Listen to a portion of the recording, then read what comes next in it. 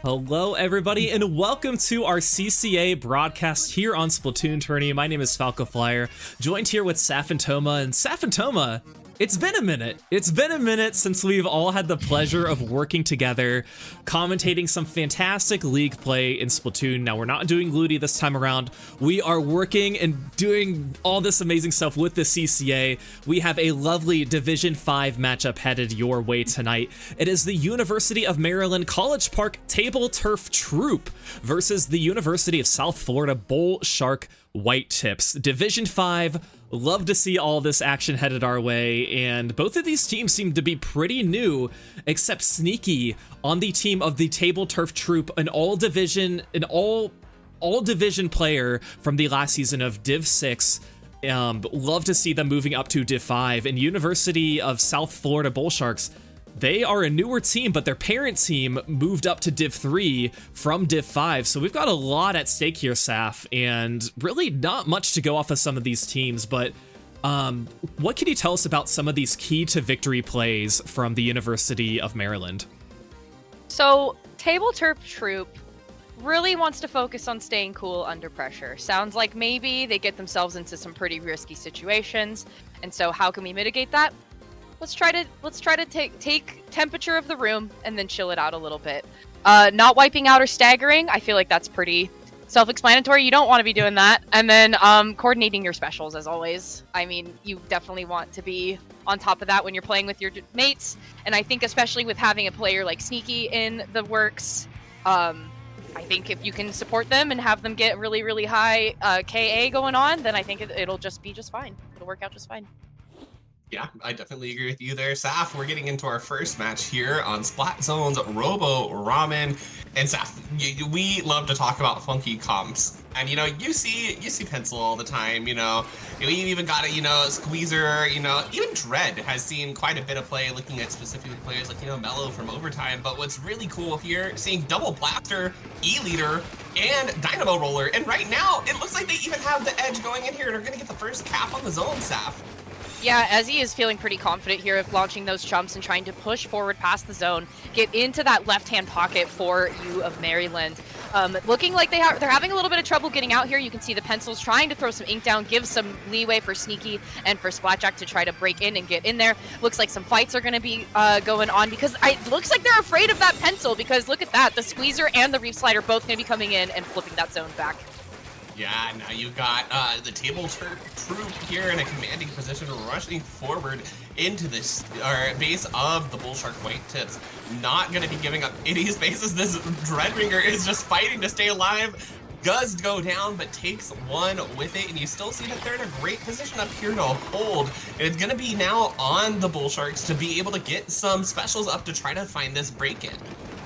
Yeah, I look at Sneaky's in a good position here to try to fight the Dynamo as well, and coupled with that Trizuka, I mean, Dynamo's kind of caught with their pants down at that point. They don't really have anywhere else to go, so they are taken down. Down past almost the 30 mark here for U of Maryland. This Dread Sneaky just absolutely doing the most here. And as I was saying, if you have your teammates to support you, because you can see the other three are separated from Sneaky, if you can create that space for your Slayer to get in and do the work, they will do just that. And we're already 10 seconds left in this game for U of Maryland.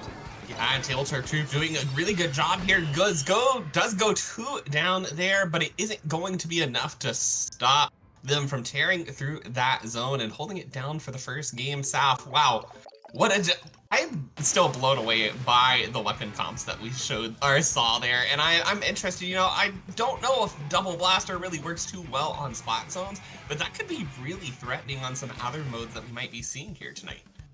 Yeah, I think you could argue that you could make Double Blaster work, but I think you have to have the paint to do that. And if you have people that are really quick to pick up on chip damage on other people, then I think you can do that. But that requires so much attentiveness and situational awareness and paying attention to who's up and who's down, that so many variables there that it can be really hard, I think, to support each other when you're playing Double Blaster. But as I was saying before, back to our information about U of Maryland, again, Sneaky had full range of the map. They were in the spawn, they were in the zone, they were over on the right-hand side fist fighting with the Dynamo. It's like they were everywhere all at once, but they had the ink to do that. And so gathering this information on the side of Bull Shark Whitetips, how do they want to combat that? They don't want Sneaky getting comfortable and moving around. So I think that's where they need to try to take what has happened in this first game and try to combat it going into tower control. Yeah, absolutely. And I think that one thing is going to help them here is, it's not a stationary objective now. Now you've got this moving objective that's very focused on where players are going to be, and they can use their weapon comps to really put a lot of pressure and lock down that area around the tower much more effectively, I think, than they're going to be able to do on spot zones. But I definitely think they need to find an answer to that paint problem, because as you said, really, especially against a Pencil, Saf, we both know how dominating Pencil is in this meta, and it is able to put out so much burst paint so quickly. And their cooler option, Dynamo, it does have its merits. I think it, can even be good here on Manta, as it has more AoE ability, especially over these walls, but it doesn't have that kind of sheer painting power that Pencil has. Yeah, and I think that was a bit of a struggle initially, because the Pencil really gave U of Maryland that gateway to get back into the map. They were painting from that snipe area, they were painting that left-hand side that is there right before the zone when you enter from their side. It's so hard to explain to people these positions, but I like to think that people know what we're talking about. But when you come in from there, the Pencil already had that painted, and so the other three just moved in right away, and then it was smooth sailing for them from there. They lost control of the zone, sure, but they didn't gain any sort of penalty for the rest of the game. Yeah, no, Saf, they did it there. But, every opportunity is a new opportunity, and kind of like we say all the time during Ludi, you use these first few games to kind of scout out, get a real feel of these other teams. So now that they know how the TableTerp Troupe is going to be playing, they might be able to find some slightly better answers, and we're going to be loading in, seeing how they're going to be answering to that. And it looks like they are going to be first of all switching off that Dynamo to a Zap, which is going to be a much faster painter for them. Going to be providing a lot better map control for them. I think that they stand a lot better chance here with this comp. Yeah, very unique weapon pool coming out from Ezzy, because Ezzy has now switched to the Dually Sculptures. So completely different play style, different special and all of that. So that's pretty interesting. That's quite the change up of weapon pool there. The first initial tower movement's going to be had by TableTerp Troupe, And again, already, the Charger, comfortable on the tower. Everybody else pushed up. Having Shmi get subbed in for this Crab Tank and Splash, I think, is going to be really major. That's going to be a lot more paint on their side, a lot more accuracy, if you will. But already, they're going to be stopped, as Nara is going to be able to break in through here, take one pick, looking in for the second one against the other blaster. But now having this poking damage, it's good that they launched that bubble. That's going to grant them a little bit of safety here. But now with Sam being able to follow up and help out with that, you can see that TableTerp is trying to get themselves set up in a higher ground positioning to prevent that tower from going forward anymore. And I think they can do just that because this blaster is just taking all the space that they can. Yeah, but just as you say that, a little bit of a commentator's curse, they do go down, and now you've got a DC, Saf. That's what you've got on our hands. Not quite sure what their DC rules are here, but it looks like they're continuing to maybe play it out here, and it looks like they are choosing to be playing it, Saf. So we'll see where it goes from there. Well, okay, interesting loss because Sneaky is gone. So how does that change it? Is it Sneaky? I thought Sneaky was on the blaster. No. Sneaky, no, it's not Sneaky. No, Sneaky is still here, okay. Yeah, Sneaky's on that range blaster. But will Sneaky be able to hold it down in a permanent man disadvantage? That's the question now, Sav. That's true, because that paint from that splash is now gone. So you have, the only paint that you have is from that pencil. So you really got to be relying on Jin here to make sure that your feet are painted. And you don't want to let your squeezer go away either, because they're going to be a really big, long-ranging supporter and heavy hitter for you. So, I mean, Sneaky's got to play this really carefully, and I think they're going to do just that. They didn't get too close to Nara there, but they were able to take them out. But look at all this range that's working against Sneaky right now, just trying to jump the line of the E-leader and taking full sights on them, waiting for Jin and for the squeezer to come back into the map here. They're just trying to hold it down. Two different people distracted on them, taking one down, taking down the second. That is a 3-down scenario here. So we are at a 1 versus 3 here. They can just push the tower forward maybe as much as they want to, or honestly, Toma, it looks like they want to just defend it in mid. Honestly, Saf, like, if they can just hold it down and not let them ever touch tower again, then who cares? They do have the lead right now, but it isn't by a lot, so you kind of have to play that guessing game of, hey, do I have the space to take this, or are we going to risk wiping and then losing the lead? And right now, just that squeezer up is going to give the Bull Sharks a lot of room to work with, but you can already see one goes down. There's somebody up there on that mass, the E-leader, trying to look for it, but can't quite get the sight lines onto it yet, Saf. They have to use every single spare second that they have when they can get people down on the side of the TableTerp Troupe to really take that space if they want to be able to take this game. Yeah, the maneuvering there from Anchovy on the grates was pretty insane. They were just trying to flip-flop between that wall to prevent the E-leader from tapping them, and then they ultimately squidded down through the grate to just try to get away from danger. I mean, these TableTerp Troupe is playing this really well, because we have been at a stalemate now for 2 minutes with the DC on the board, and that tower has still not changed any points. They have not let anybody touch it. But that's the thing. TableTerp Troupe is not overextending themselves. Like you said, they're playing this very patiently, they're playing it carefully, and they don't want to lose anybody, especially in a fight like this, where they're now at the checkpoint. This is where they don't want to lose anyone. And Siki is caught in a very hairy situation there, getting some support, though, from Anchovy and getting a nice double pick. Yeah, that was huge for their defense now, and now there's not a whole lot of time left that they need to defend Sap, but you've still got to be very careful. We both know how our tower can just snowball out of control if you let it go for even a single second. All it will take is one push. 2 down, though, on the side of the Bull Sharks. They're doing a great job. There's 3 down. The jump here looks like it's going to be camp. Sap, they are doing absolutely everything they can to be holding this lead, and Sap, it looks like they may have this in the bag if they can't get a wipe onto the TableTerp Troops right now.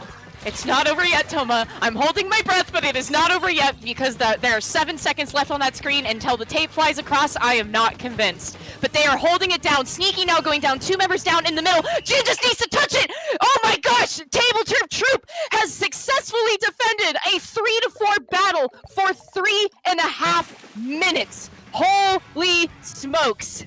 What a flex indeed. My gosh, Sap, I saw that and I was like, you know how it gets in these times. Oh man, like GG's, they're gonna play it out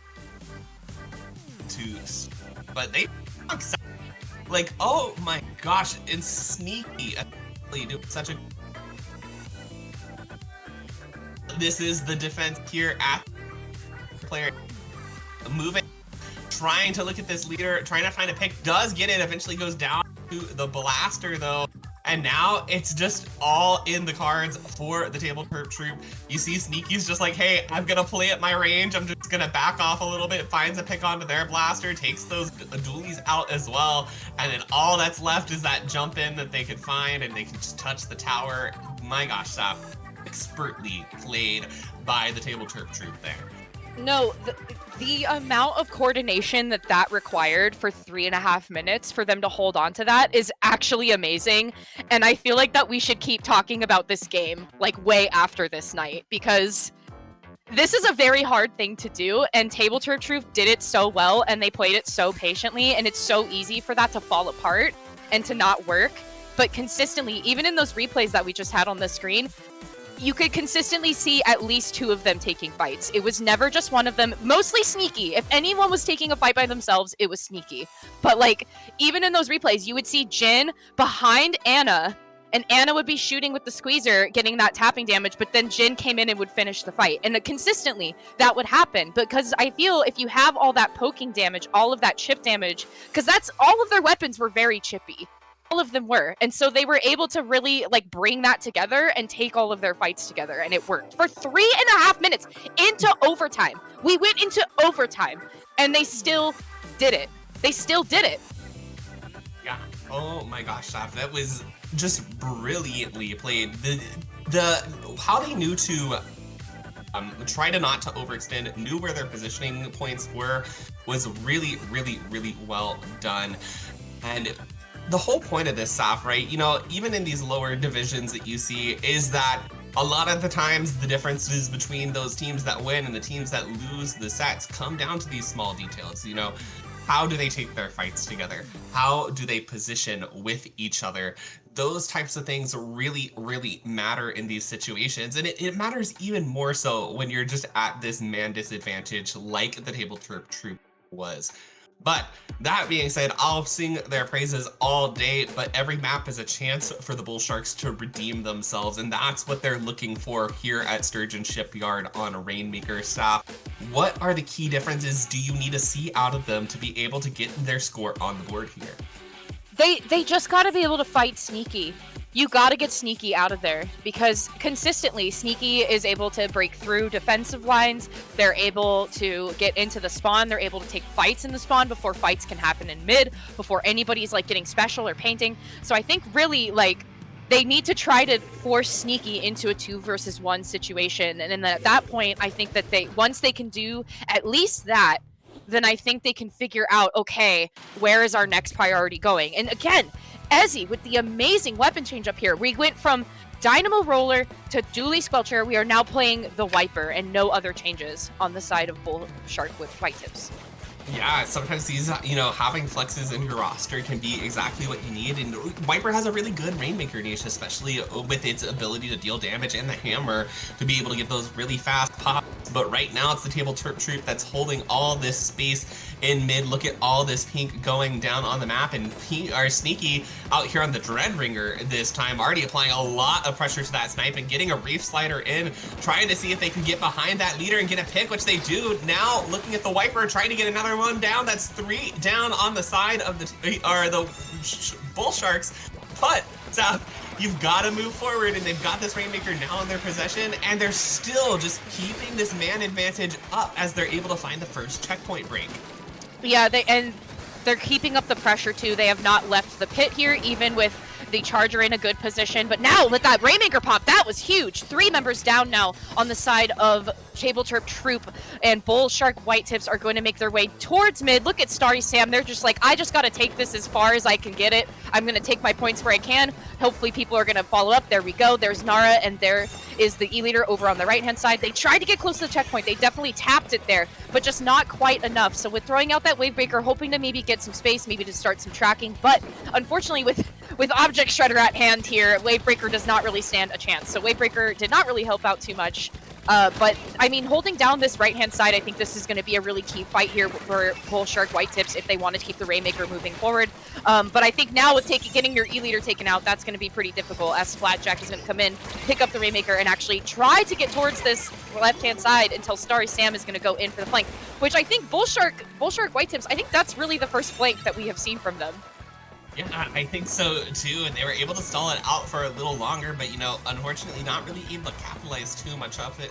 But they are, now in this good position in mid where they can look down at that Rainmaker. They've got 2 down. They need to just put this pressure forward. Sneaky does get the jump in to try to defend the Rainmaker, but here comes that stamp out, trying to find the last member, trying to find Sneaky in that pit, and they got them there. Now they just need to get this Rainmaker up and get forward. You've got the Wiper there holding great positioning, but they need to find some key picks before they can actually dunk this Rainmaker staff. But this is a very good position for the Bull Sharks to be in, and they just need to keep that pressure up, watching out for that Squeezer that is trying to pick off the Rain. But now, stop, these situations can change so fast, and that quick 3 down just left the Rainmaker stranded.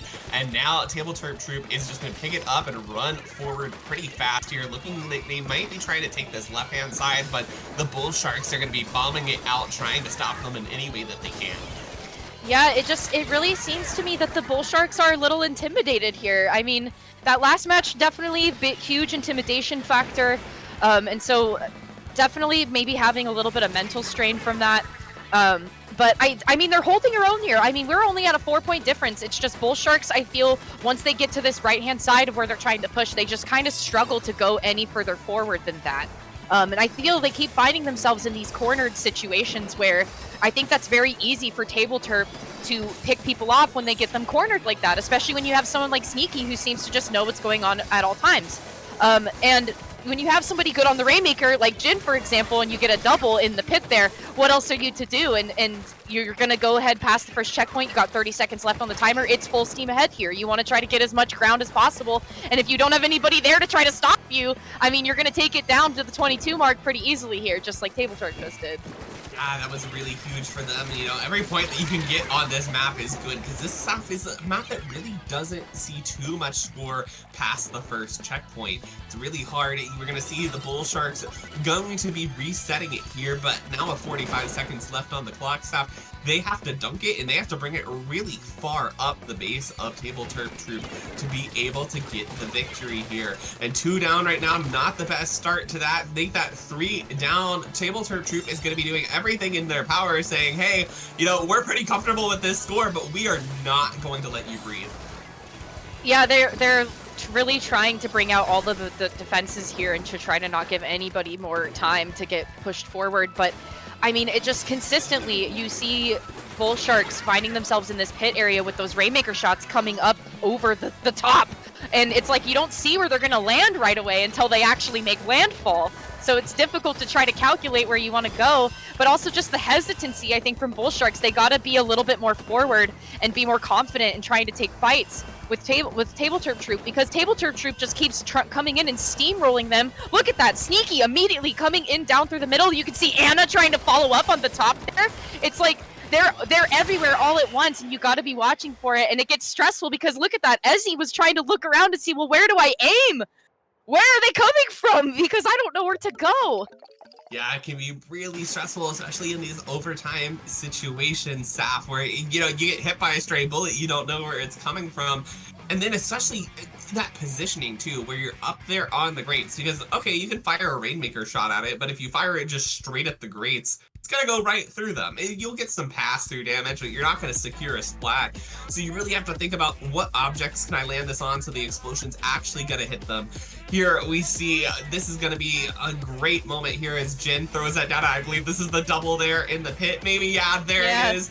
Great pick there from Jin, and then just the absolute patience to know, hey, actually, I see that hammer. I'm gonna wait just a second for my teammates to deal with it, and their teammates do. You see them moving in front of this objective so well, painting forward for them, throwing splash walls, doing whatever they can to get Jin just those few extra points further, and that push comes together beautifully, Saf. And I have to say, too, even after this, at the very end, they still pick it up and they choose to push it at the end.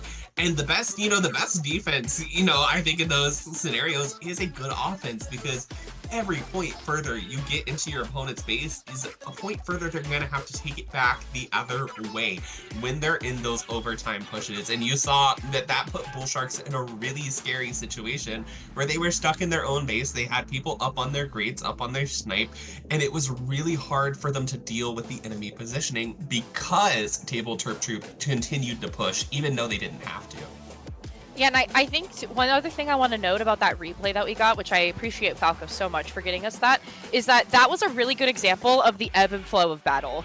Because Jin has the Rainmaker here, like you said, they were assessing the danger. But Ezzy here was doing just that as well, because Jin kept firing Rainmaker shots right here. But look, Ezzy was going to climb up that wall. They were thinking about it, and they stopped themselves. But then that gave Sneaky plenty of time to build that reslider to go in and assist with the double while Sam was trying to escape the pit. So, I mean, and then here, like, Splatjack painted so much ground in front of Jin before Jin, like, was able to go, but Jin didn't even have to worry about it. Jin didn't even come out of the ink at that moment. They didn't even come out to try to help. They immediately just tried to go as far as they could. And it's like, recognizing those moments of opportunity is such a unique skill. And I think it's something in this game especially that once you really develop that more, and if you can keep up with it, like, oh man, if you get really good at assessing stuff really quick like that, that's huge. That's such a huge advantage, and it's really hard to do. And so I feel like watching those players in that skirmish for those like maybe 10 seconds, like, so many good things happened on both sides, even though it resulted in TableTerp Troupe to ultimately go in and get the lead. Yeah, absolutely, Saf, and I agree with you. I think that there's, especially when you're, newer to comp, you're looking at, these Division 5 teams, it's really easy, I think, to look at losses and kind of beat yourself up over it. But, when you have to really look at, when you're VOD reviewing, when you're looking into what happened, you have to appreciate the beauty of the things that you did right, Saf. And even in losses, there's plenty of good to look at, plenty of good to replicate, and I think that you hit the oh my gosh, I can speak tonight, I promise. It's been 2 million frothing years at the mouth for competitive Splatoon. It's been so long since I've been on the mic that I forgot how to use my words. I've been sitting behind my little TO desk and I just like point at the rules, and I forgot how to speak, so That's fine, we appreciate you regardless of what you do. Seto coming in here with a Splash Omotic, and once again, Ezri, we are now on the paintbrush. What is going on over there for Bull Shark? No, but I honestly love to see it. I love to see fun and different comps come out from teams, so I am 100% here for it, because, what I'm gonna, like, go watch, like, top level, and, I'm gonna go watch, like, a Jackpot versus whatever other high-level team is. I'm not gonna see this. This is never gonna happen in those matches, so this is a whole lot of fun within itself. Sure, yeah, I don't disagree with you there. It's just, I just want to know what's going on in that conversation to make these decisions. No, I'm not judging them. I'm not judging them. I just want to know, like, what the reasoning is, right? Like, what is the reasoning to where everybody was like, okay, like, that, we can agree upon that and do that. Just because I think people have really good different points of contention for how they want to make something work. And so I want to know, especially with, like, Sploosh and Paintbrush Nouveau, like, what does that look like for Bull Shark Whitetips? And we're looking at it now, but we've been in a stalemate already for the first minute here. We've seen some balls on the field. We do see some economy kind of ebb and flowing for us here, but nobody's made a basket pop yet. Setzo just got really close there, but not with Sneaky being under the basket. Yeah, well, I think that's their own basket. Is that? Oh, no, it is. Oh, my gosh. Okay, there is that first. I was going to say, I was so confused by the colors for just a second. But they're even going to be able to add more off this. And, this is the first time we see a good push there from the Bull Sharks. And I have to speak, when we were, like, freaking out about weapon comps, too, TableTerp Troupe had a really scary moment where they got that wipe and they were pushed up super far, about to score. And the Bull Sharks were able to just wipe them off the map in their base. Whatever they're bringing out here for the Bull Sharks, it seems to be working for them. Yeah, and I'm wondering if it has to do with this sub-in for Seto, I'm wondering if Seto is kind of a more speedy player and can maybe combat the speed that Sneaky has been trying to dominate the map here. Because look at this, Sneaky has 2 different people pushed back up that ramp there and just kind of waiting to get a proper opening. But from what I can see, all 4 players of Bullshark Whitetips are, except for Ezzy now, down around in the basket area. Seto looking to try to take a flank on the right there and wasn't able to do it. Here it's the splatter screen coming in to try to maybe provide some cover for the folks getting into the basket. And again, they do their best to push in here, but it's just not quite enough. Sneaky just can't give it enough. They're trying to use the splash walls to give a little bit more coverage. We do see that the Jin has the cooler now. I mean, it's relentless pressure from TableTerp Troupe here. They just can't find an access point. And they're trying really hard, but they're kind of grouped up on this low ground and can't find the right angle into the Bull Sharks base to really be able to find the picks. But Jin finally going to be moving up here, going to be finding that dunk, but Saf, there is the full wipe onto the Bull Sharks. Now it's going to give them a great opportunity. They take the lead, but only by a single clam at the moment. They're going to be able to extend it just a bit further, going down below the 47 mark here now. Sneaky even going to try to extend this just a little bit longer if they can. Maybe moving up, Splatjack. Woo! Didn't make it, Saf. Not in time to extend that any further. But that was the play that they needed. I think looking at that reef slider too created a really good opportunity and found some good picks for them to be able to really create the space that they needed to get in that base. Am I tripping, or does 52 Deco have curling bombs? I think it does. I'm pretty sure it's curling and splatter color screen. I appreciated Splatjack using that curling bomb to try to get in, even though the clam didn't make it. I saw a curling bomb go past the basket, but the clam just didn't make it. So I appreciate the effort for trying on that one. But now we're at the 47-71 here. We have about a minute left to go. And again, clam economy is insane on the side of TableTerp Troupe. That is 2 power clams total in terms of clams. But Bullshark Whitetips is going to respond with 2 power clams of their own. There is a 30-point difference here, roughly. However, I think Bullshark Whitetips, this is the most that they have put up a really significant fight that we have seen so far, and I'm really impressed by that. Absolutely, and 3 down, just the pencil up. This may be their opportunity to score. Let's go, Sam! Sam gonna miss the throw. Oh no, Saf, and the other throw misses as well. Seto gonna be coming in here trying to can't pick up the clam in time. Saf, the TableTerp Troupe is getting these picks the second that they matter. Just like frames are making the difference here. Yeah, that was 3 different power clams trying to go in there, and 2 different power clams trying to go in, 3 different people trying to get them, and no basket pop. So that is unfortunate for Bullshark Whitetips. However, the amount of improvement from those first 3 games into this one was so immense. Huge. Yeah, was actually really great. And so that to me is also a big indicator of a strong team, where you can already see improvement. I mean, obviously, like map mode and like where people are at individually, like there's a lot of factors in play for that, for sure. However, I think just based on the performance from the first 3 games, I feel like Bullshark Whitetips like got it together, and they were like, okay, we know this, we know this, we know this. This is what we can do to try to fix that. Here's what we can do to try to do this. And consistently, look at this. Sam, I was seeing Sam every time getting so close to that basket with follow-up or not to try to get those pops in. And I think that's what they needed. It was just like, I think that just became the deciding factor, is this like, no, we need to go forward. We need to push forward. Yeah, they definitely, and push forward is what they were doing there. And Saf, exactly what you said with the Bull Sharks, a completely changed team at that game. I think that they really finally began to find their footing in that game. Unfortunately, set-wise, looking at that 4-0 right now, going to be a little bit too late for them to be able to try to take the set, but we are going to be playing out the other 3 games, Saf. So while, it may be a set loss, there is an opportunity for them to be able to, show what they're worth and pick up potentially 3 games and make it a really close set. Well, at this point, with that much improvement from game 1 to game 4, why wouldn't you want to play it out? It's like, okay, well, we kind of got it together in that Clams game. Let's just keep going. Because at this point, it's like a small scrimmage. you know? So it's like, just take what you can, keep taking that practice, and just absorb everything that you can from like whatever you learn from this match. And I feel like Bullshark Whitetips have a lot to take back with them. And I think especially if you have Bullshark Blacktips helping them out a little bit, then they can kind of maybe collaborate and just be like, hey, like, where are the holes in our defenses? And then Bullshark Blacktips can maybe come in and be like, okay, this is maybe what we can help you with. This is what we can try to like shift and change.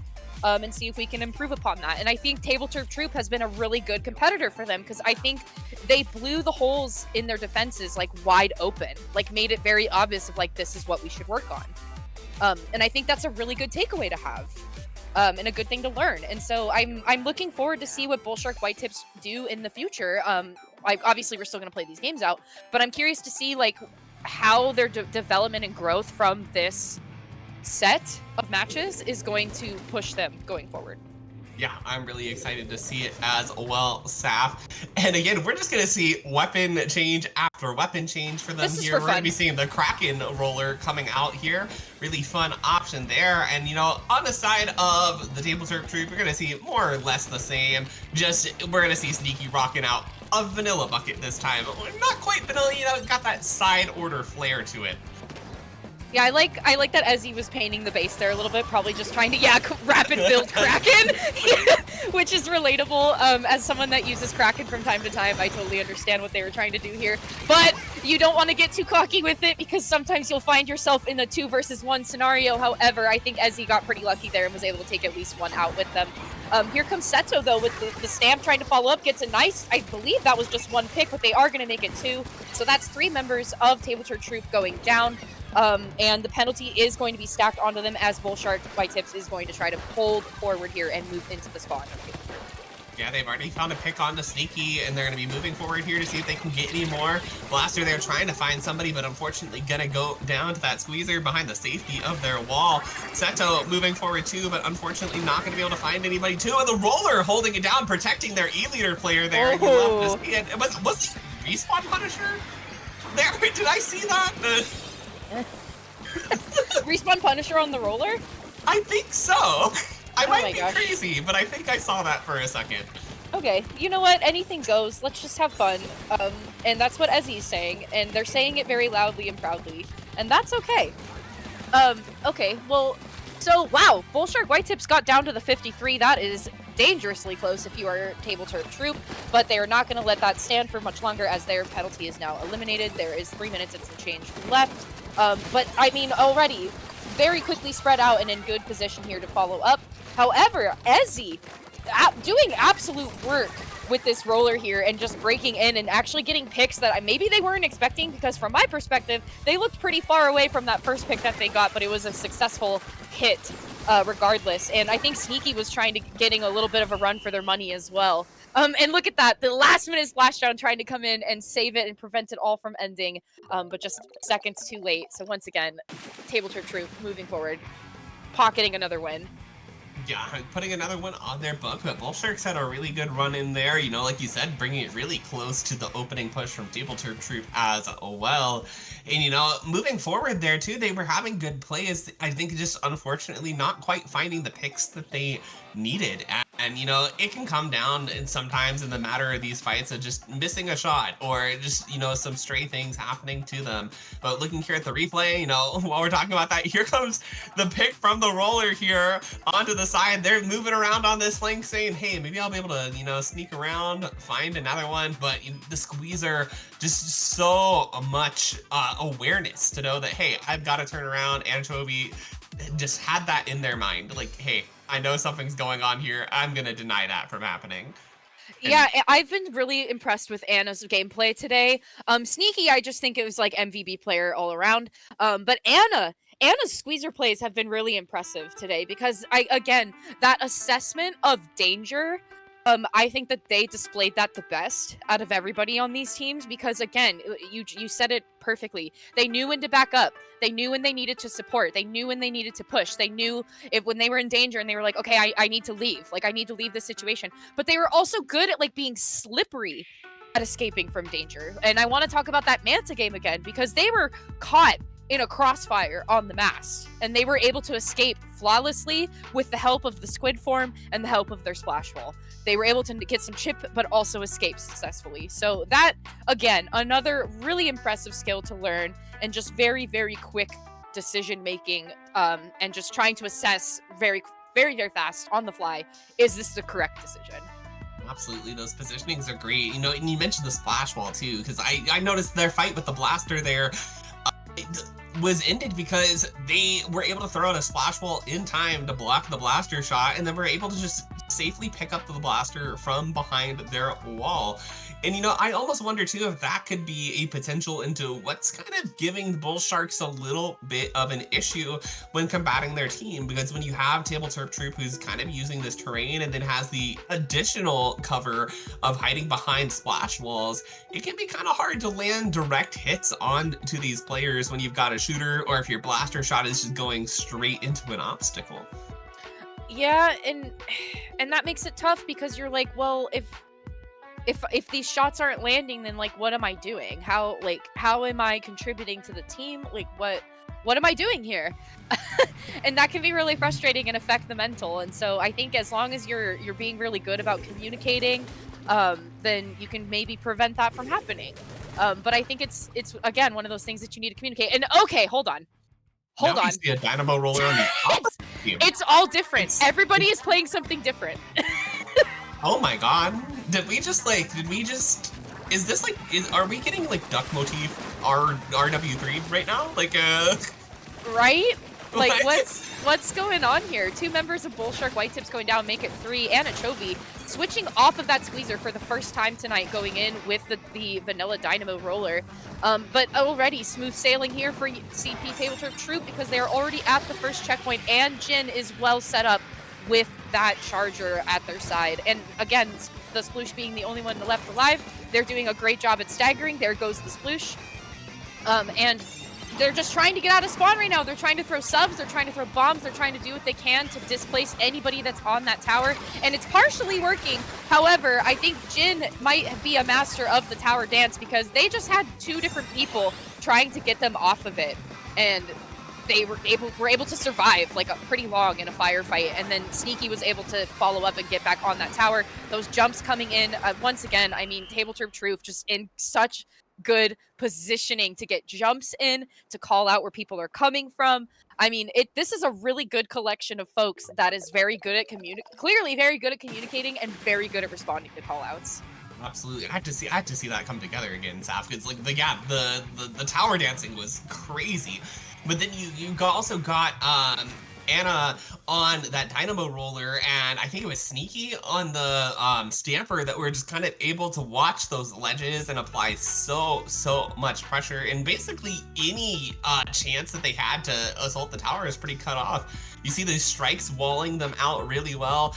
Jin here trying to dance, and Anna gonna be moving there on that side, just protecting underneath that canopy. And we see even after Jin goes down, Sneaky's like, you know, I'm just gonna hop on here on a crab. What are they gonna do? Shred me? Like, I'm gonna be buying some time on this tower, and it works out so well for them. Yeah, and even there, too, you could see Jin's jump that they had on the bottom right corner of the screen. That was an incredibly safe jump. So again, probably calculated the jump before they tapped the player that they were jumping to, because they were like, well, if Sneaky's getting on the tower, they're going to be moving. I don't want to be on the tower. My 3 teammates are pushed up, so therefore I should jump here. But again, that whole conversation happened within seconds. Also, sorry that I'm low down. My cat is like on my lap. And so I keep here she is, everybody. Oh, kitty.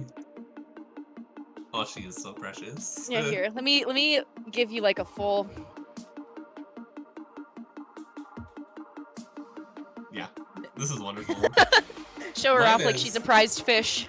Mine's somewhere in the house, probably going off to cuddle with my fiance and leaving me alone in this room where I am screaming words frantically at my computer screen, because she's like, what is going on in there? Like, she's like, hello? Can I does not. Oh, she does not want to be a part of it. I tried. I have to kidnap her at the beginning of streams and be like, hi, here she is, and then she's gonna run away. Like, I like you doing that motion with nothing in your hands. Like this. Yeah, it's okay. Well, that's what she'd look like. I just put Yeah, it right? there, like, she wouldn't have much of a choice in it. She likes being held anyways, so. Yeah, okay, fair enough. On counterpoint, Kilala does not like being held. That's my cat. She did not like me going like that. She did not like it, but that's okay. Okay, look it. So our last game of the evening is Rainmaker. TableTerp Troupe was so good with this, and my main thing, other than what we've had talked about previously, it's those Rainmaker shots that they were lobbing over all of the obstacles.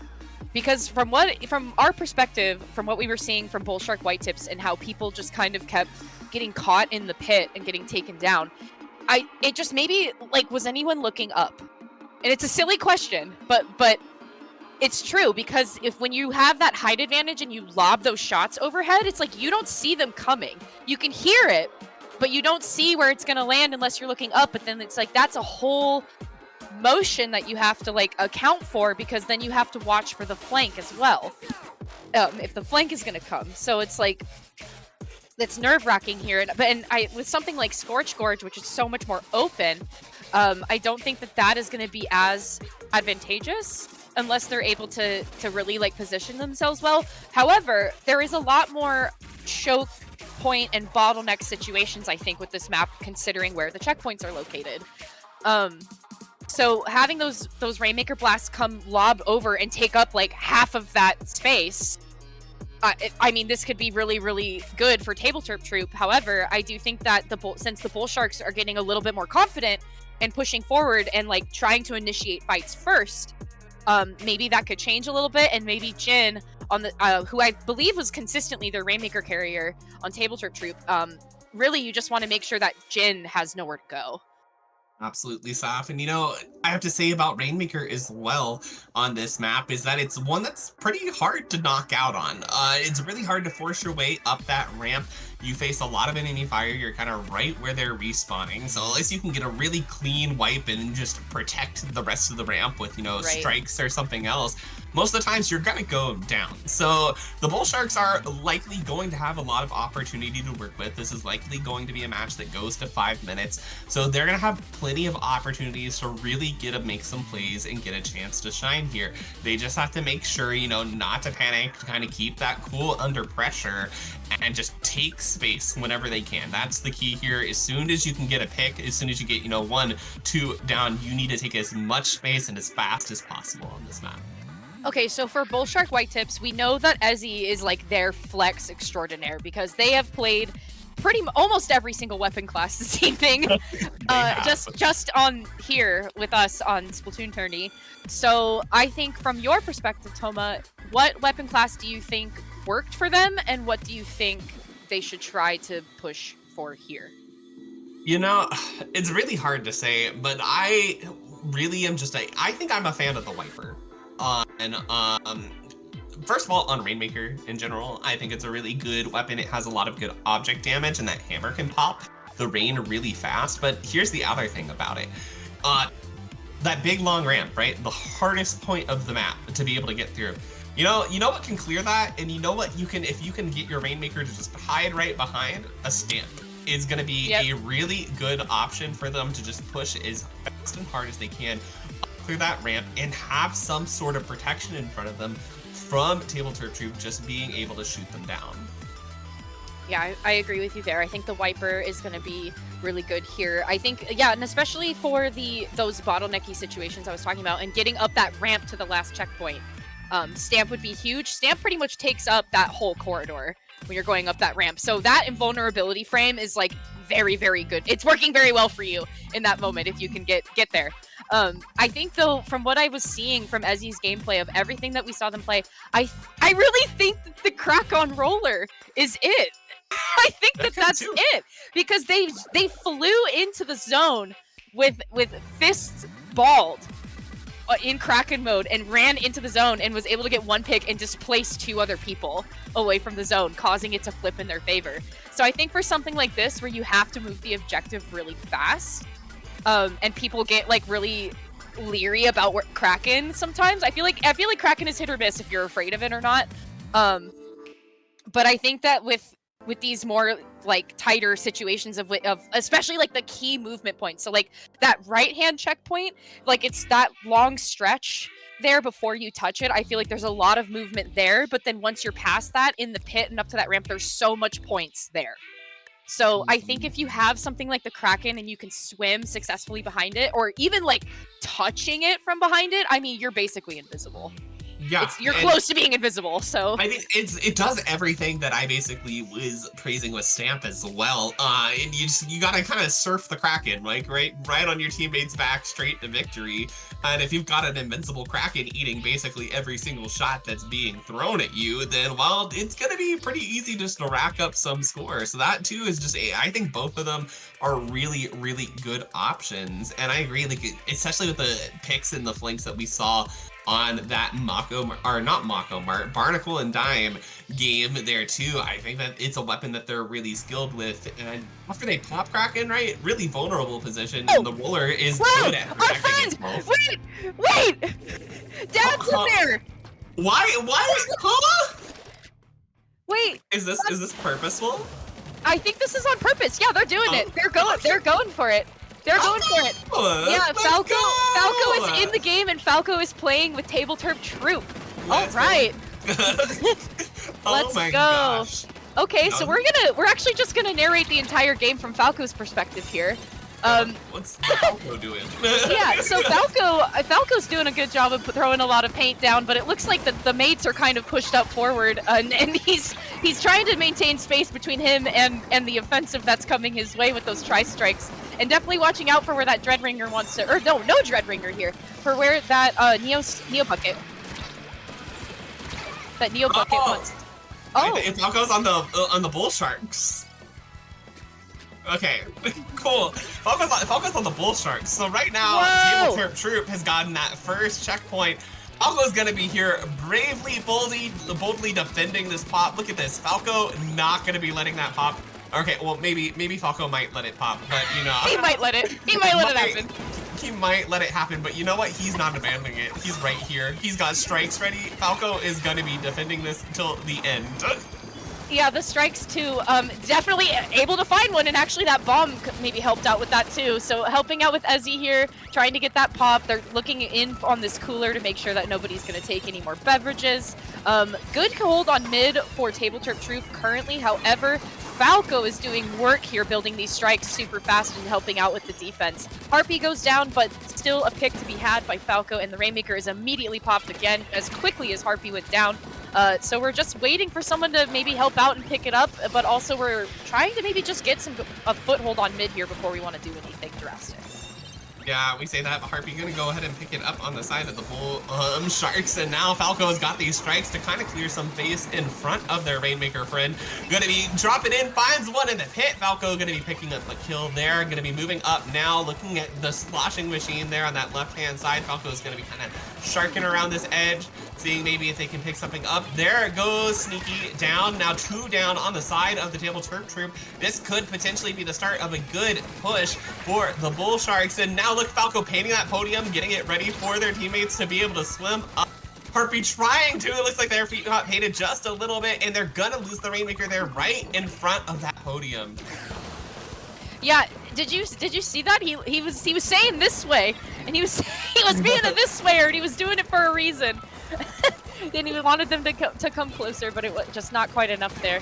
2-point difference though, with 2 minutes left to go. I mean, this is still anybody's game. There's still a good shot to flip things around. Just got to be careful of where you're going to position yourselves, and also, I mean, it's hard when you have 2 people down because you're like, well, what do we do? And if you find yourselves in a delayed wipe, like the Bull Sharks have right now, and so that's going to leave TableTerp Troupe to gain some more points. Here is where a lot of those points are gained in a nice double bomb flat by Falco. 2 members left of TableTerp Troupe to try to get this Rainmaker going, with the Trizuka out to try to help out. They want to try to get as many points as they can, especially because this ramp area just provides so many points, but I think they're going to actually opt for the reset. Yeah, they're going to be pulling that back. That's a good call there, too. The last thing you want to do is get wiped in your own base, and then it's just a free dunk for the enemies. And right now, Falco's going to be holding this space here. You see the triple splashdown coming in, and Falco's like, I'm not going to get spotted by that today. Even here, Falco is wisely backing up, not going to be taken down so easily, rolling some bombs and building up those strikes for the defense. Going to be doing everything that he can to just keep this Rainmaker from advancing towards the podium here. But oh my gosh, Saf, the amount of pressure that the TableTerp Troupe has been putting out is incredible. Yeah, TableTerp Troupe is wanting to take the final win here, meme or not. They want to play it right and they want to do it serious, and they're going to do just that. Gaining a few more points, but narrowly avoiding those tri-strikes there. Getting a wipeout at the 13 mark, a really huge mountain to climb for Bull Sharks. But now that they are on the respawn here, they're just going to try to jump in, claim as much turf as they can before the members of TableTerp Troupe find themselves getting back into the map and initiating fights once again. And look at this, Seto so far pushed forward with that stamp and with tri-strikes coming out to try to follow up and help with that. But when you have two people kind of around that pillow, and especially somebody like Sneaky who's very good with the bucket and just mapping out their situation around them, I mean, it's really hard to take a fight with somebody like that, and so they were able to take down at least two on that ramp area there. 10 seconds left to go, and TableTerp Troupe is going to hold this Rainmaker in the middle until somebody can maybe get them out from there. Yeah, they're going to, fortunately, going to be able to find on the Rainmaker in time. So, TableTerp Troupe going to be taking this set 7-0 in week 1 of the CCA.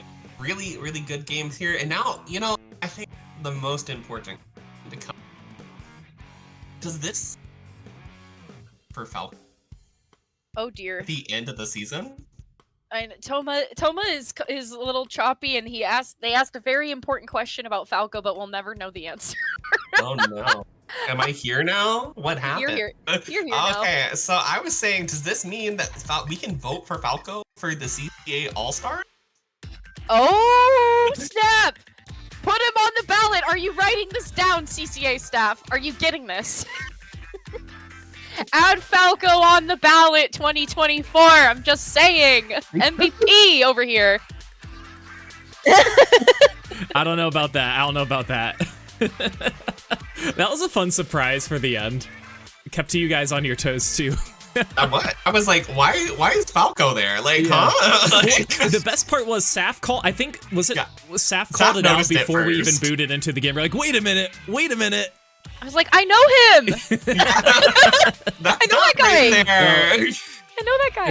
It's all good. We like to have a little bit of fun in a game 7 when it really doesn't have any practical meaning. But yeah, that was a fun set, Saf and Toma. I mean, like, you know, the TableTerp Troupe, they were pretty dominant throughout this entire set, but there were definitely moments where the Bull Shark Whitetips shined, especially in games 3 and 4. Like, they kept us on our toes pretty much the whole time. Like, that was a lot of fun. We're like, oh my goodness, they're gonna do it. And then of course the DC in game 2, you know, we're thinking like, oh, okay, it's gonna end, but no, like, Maryland, they really kept the ball rolling and they kept it going, and it was really incredible. I know how they could hold on and get the victory, but you know, there were so many times where I think the Bull Sharks were just so close on getting the lead and maintaining the lead, Toma, that it just, unfortunately, like, a timing issue. I think there was one of the games, game 3 or game 4, where it wasn't decided until maybe a minute remaining wherever TableTerp took the lead, but it was really close. Yeah, it definitely was. I know exactly which one. I think you're talking about that Clam Blitz game over on Crableg Capital, where they had Falco such a strong showing there. And I think that, you know, you're the Bull Sharks. Okay, you know, week 1 is over. You've got it through you, and just take this in stride. You're like, okay, well, we know what it's like to play here now. We know what it's like in Division 5. And VOD review these, get through them. There's a lot to learn from these sets. There's a lot that y'all did right. And of course, for every team, you know, from Division 5 all the way up to Division 1, you know, there's still a lot to learn as well. And I believe that both of these teams have what it takes to make a great run into the CCA season.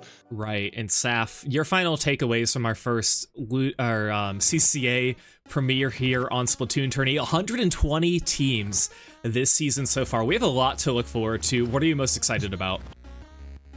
I mean, if you're gonna keep on giving us gameplay like this, I want more 3 versus 4 matches, because that to me, like, that was a game of Risk, dude. That was a game of Risk. That was calculated. That was like, I felt like I was watching over the table as like a warmonger, like, you know, like moving my pieces around, like that. Like I was like.